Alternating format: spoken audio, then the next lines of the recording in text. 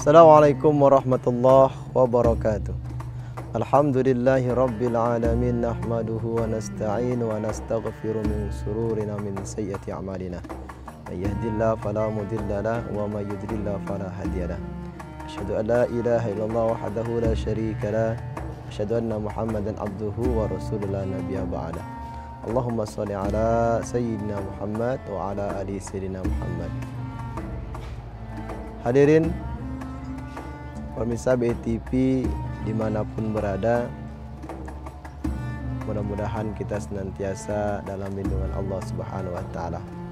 Pertama, kami mengajak kepada adik sana dimanapun berada, kiranya senantiasa kita bersyukur kepada Allah terhadap nikmat yang Allah limpahkan kepada kita, sehingga Allah tambahkan lagi nikmat-nikmat terhadap diri kita, baik yang zahir maupun batin. Selanjutnya salawat serta salam kiranya tercurahkan kepada Nabi Muhammad sallallahu alaihi wasallam.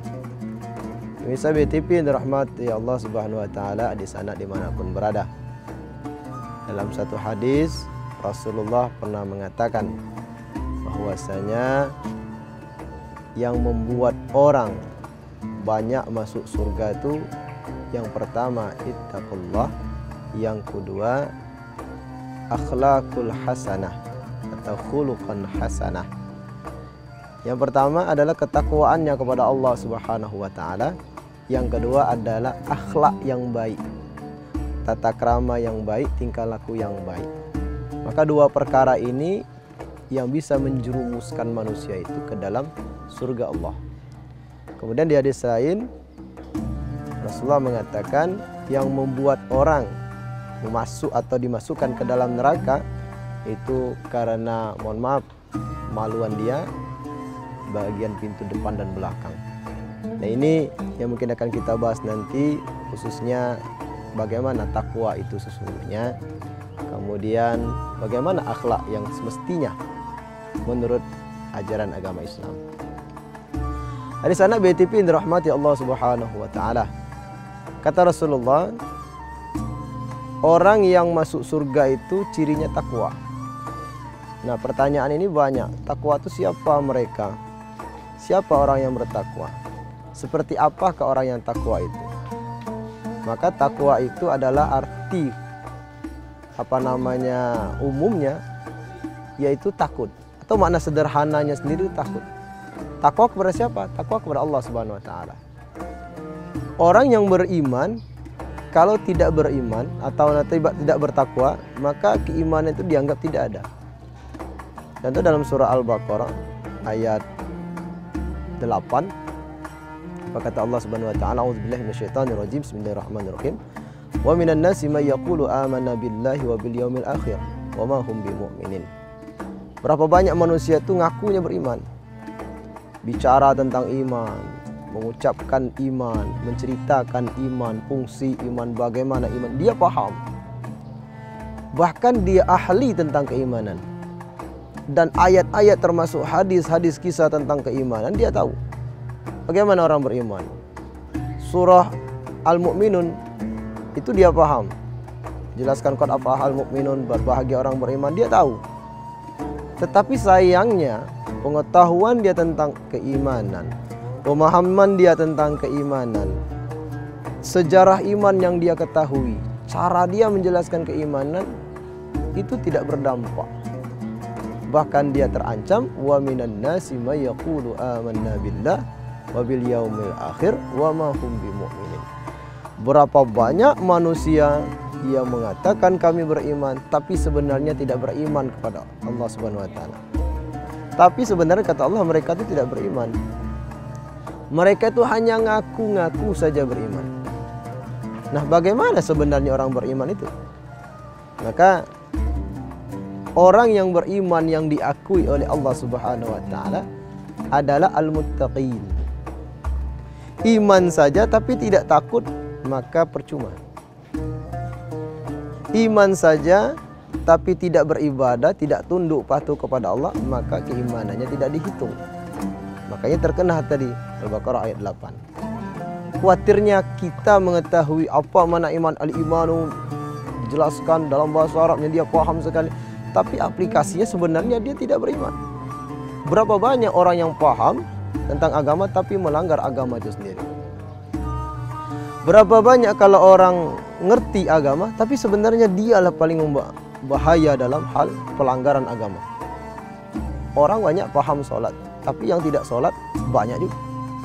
Orang banyak paham puasa, mengerti puasa, tapi yang tidak puasa lebih banyak lagi. Karena ilmu saja, iman saja itu tidak cukup tanpa diamalkan. Makanya kalau mau selamat, masuk kita ke dalam surga Allah, yaitu dengan memiliki ketakwaan kepada Allah Subhanahu wa taala. Takwa ini takut. Takwa ini tunduk. Takwa ini patuh. Nah, dia beriman tapi dia tidak tunduk. Dia beriman tapi dia tidak patuh. Yang ini yang terkadang seakan-akan keimanannya percuma. Di sana BTP yang dirahmati Allah Subhanahu wa taala. Apa kurangnya iman iblis kepada Allah Subhanahu wa taala? Apa kurang imannya iblis kepada Allah? Pengetahuan keimanankah? Keyakinan tentang Allah Subhanahu wa taala? Tidak. Tapi rasa takwa, rasa tunduknya, angkuhnya lebih besar ketimbang keimanannya kepada Allah Subhanahu wa taala. Maka kita jelaskan bahwasanya ketakwaan itu adalah hal yang paling penting. Ketakwaan itu adalah hal yang paling dihargai dalam kehidupan itu. Orang yang takwa itu nampak. Banyak sekali ayat Al-Quran menjelaskan tentang ketakwaan itu. Apa kata Al-Quran? Ittaqullah haqqa tuqatih. Bertakwalah kepada Allah dengan sebenar-benar takwa yang itu diminta. Sebenar dan sesungguh-sungguhnya takwa. Ittaqullah haqqa tuqatih. Ini perintah. Bertakwalah kepada Allah dengan ketakwaan yang sesungguhnya. Jangan takwanya itu karena harta, takwanya itu karena jabatan, takwanya itu karena kedudukan, karena nama, takwanya itu karena biar naik tingkat. Nah ini ketakwaan seperti ini yang terkadang seakan percuma, tidak berbekas bagi diri dia. Di sana bibit dirahmati Allah Subhanahu wa taala. Insyaallah akan kita lanjutkan setelah yang satu ini.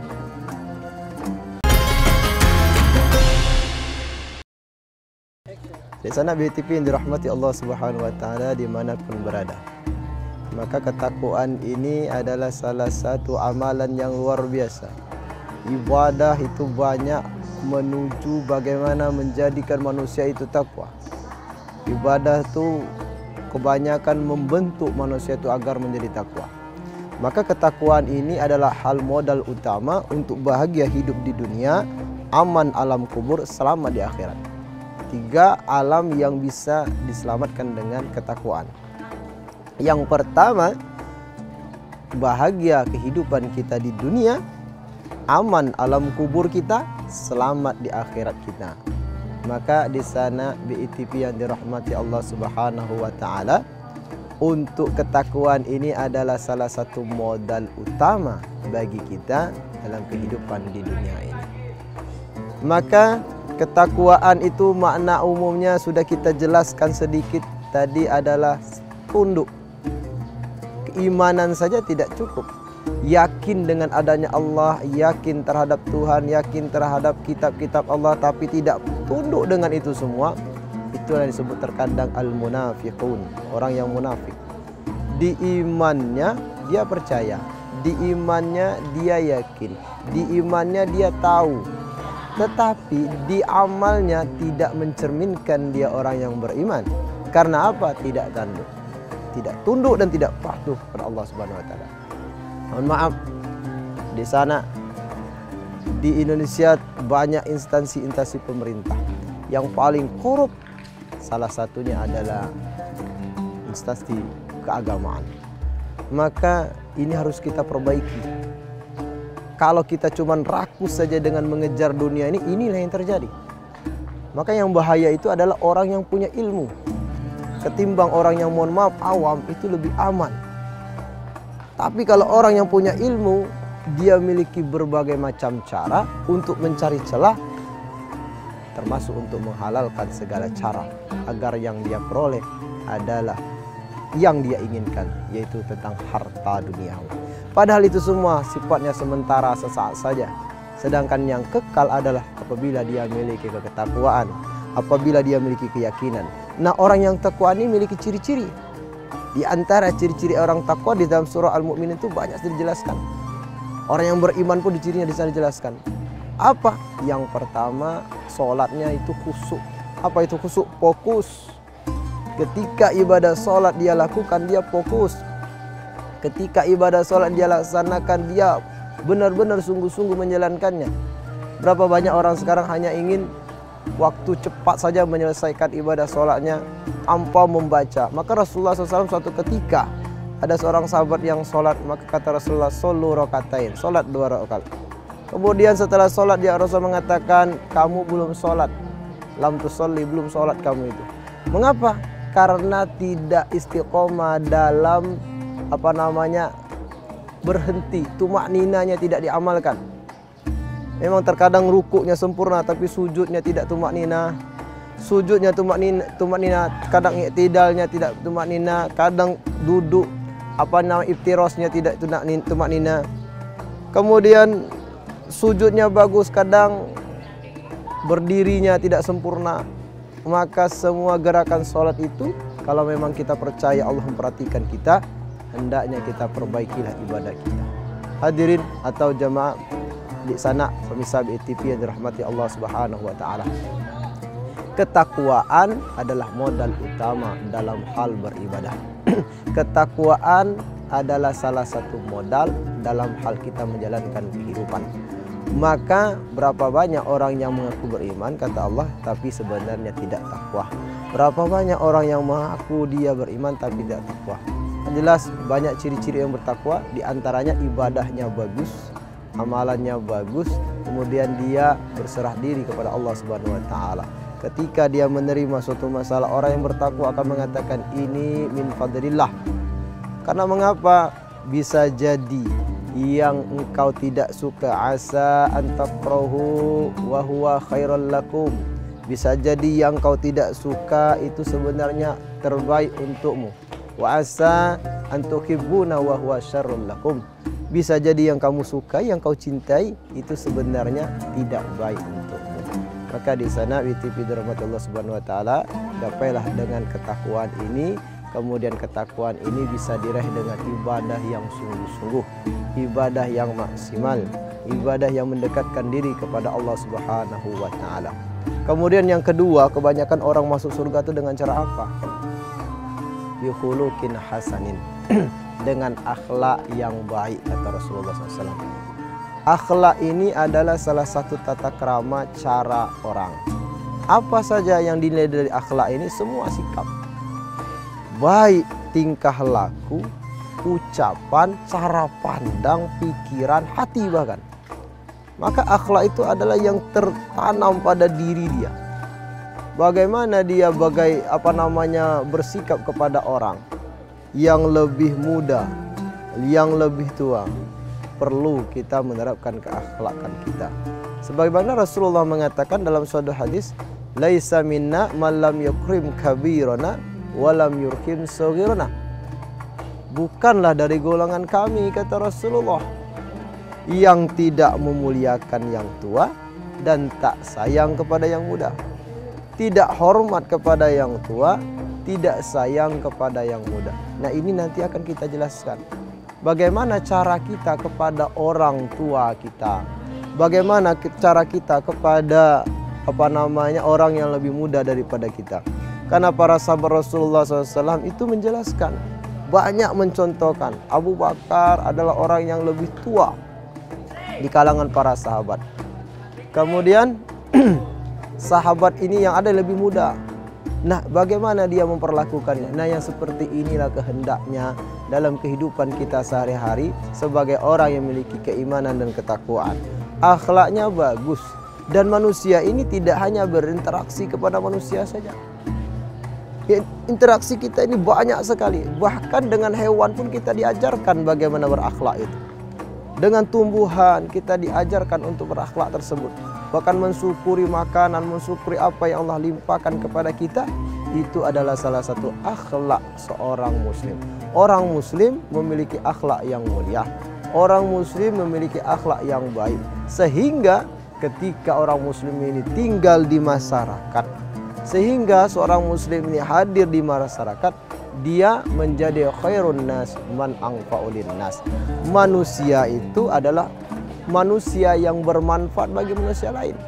Bukan hanya mendatangkan masalah, tapi bermanfaat bagi orang lain. Insya Allah akan kita lanjutkan setelah yang satu ini.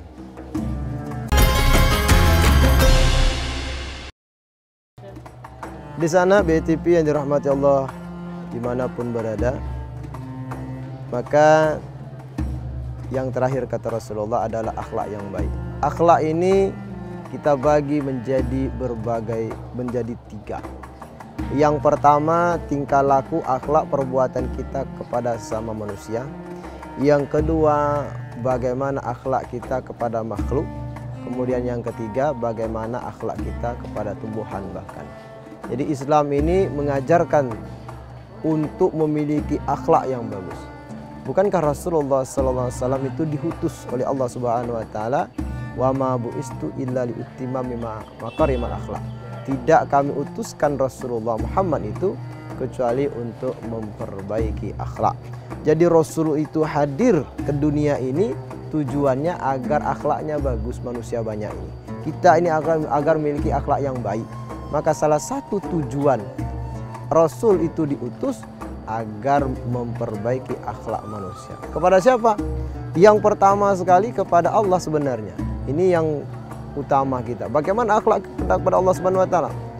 Akhlak kita kepada Allah adalah mengerjakan perintah Allah, menjauhi larangan Allah. Itulah akhlak kita. Jadi akhlak kita kepada Allah Subhanahu Wa Taala, kerjakan perintah, jauhi larangan. Itu akhlak kepada Allah. Kata Allah, dirikan salat, aqimus salat, maka laksanakan salat. Kata Allah, atiuz zakat, tunaikan zakat. Shaum Ramadan, puasa Ramadan. Maka jangan kita mencoba menghindari ataupun meninggalkan perintah tersebut.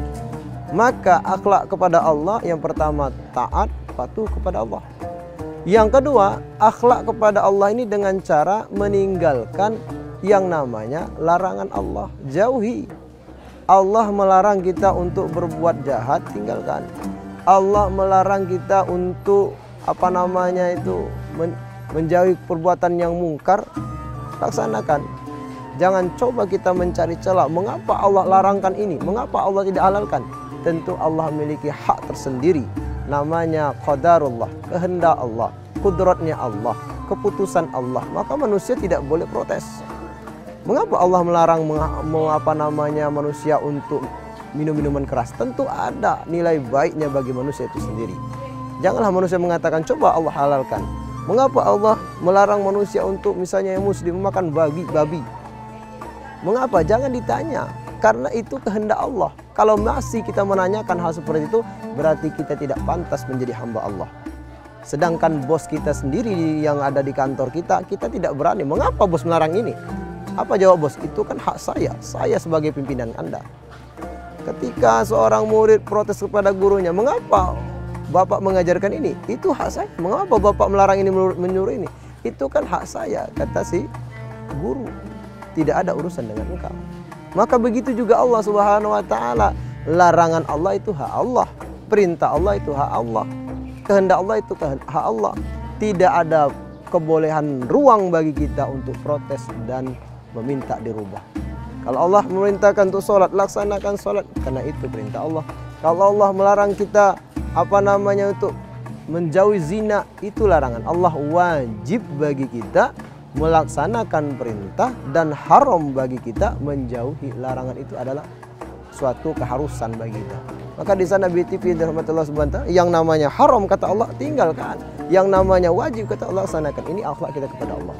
Selanjutnya akhlak kita kepada manusia. khususnya kepada manusia yang paling mulia yaitu Rasulullah SAW. Rasulullah itu manusia seperti kita, tapi dia adalah manusia pilihan. Bagaimana akhlak kepada beliau? Apa yang disunnahkan oleh Rasulullah, kerjakan. Apa yang dilarang, yang dibenci Rasulullah, tinggalkan. Karena itu adalah akhlak seorang yang beriman dan mengikuti Rasulullah SAW. Di sana BTP dirahmati Allah Subhanahu Wa Taala. Kemudian akhlak kepada manusia, kita diajarkan mulai dari akhlak bertetangga.